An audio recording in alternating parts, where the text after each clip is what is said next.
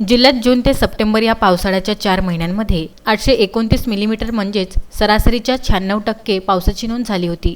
सातपुडा पर्वतरांगांमध्ये झालेल्या पावसाने पायथ्याशी असलेल्या धरणामध्येही मुबलक पाणीसाठा झाला। परिणामी अनेक धरणांची दारे उघडावी लागली। अद्यापही काही धरणांमधून विसर्ग सुरूच आहे। यंदा समाधानकारक पावसामुळे पिकेही जोमाने वाढली होती, पण परतीच्या पावसाने शेतकऱ्यांसमोर संकट उभे केले। जिल्ह्यात अजूनही पावसाळी वातावरण कायम आहे। ऑक्टोबरमध्ये सर्वाधिक 64 मिलीमीटर पावसाची नोंद ही चांदूरबाजार तालुक्यात झाली असून त्या खालोखाल वरुड तालुक्यात 59 मिलीमीटर तसेच तिवसा तालुक्यात 56 मिलीमीटर पाऊस झाला।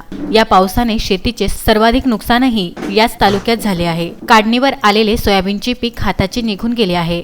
ऑक्टोबरच्या सरासरीच्या तुलनेत चांदूरबाजार तालुक्यात 295%, वरुड तालुक्यात 248% तर तिवसा तालुक्यात 244% पाऊस झाला आहे। मेळघाटातील धारणी आणि चिखलदरा हे 2 तालुके अधिक पावसाचे मानले जातात। धारणी तालुक्याचे सरासरी वार्षिक पर्जन्यमान 1120 मिलीमीटर तर चिखलदरा तालुक्याचे 1484 मिलीमीटर आहे, पण यंदा या दोन्ही तालुक्यांमध्ये तुलनेने कमी पाऊस झाला आहे। धारणी तालुक्यात वार्षिक सरासरीच्या 67% तर चिखलदरा तालुक्यात केवळ 56% पाऊस झाला आहे। याशिवाय धामणगाव रेल्वे, अचलपूर वगळता इतर सर्व तालुक्यांनीही पावसाची वार्षिक सरासरी ओलांडली आहे। जून ते सप्टेंबर या कालावधीत धारणी, चिखलदरा आणि धामणगाव रेल्वे हे तालुके सरासरीच्या मागेच होते। इतर सर्व तालुक्यांमध्ये सरासरीहून अधिक पाऊस झाला होता। सर्वाधिक 141% पाऊस हा दर्यापूर तालुक्यात झाला होता।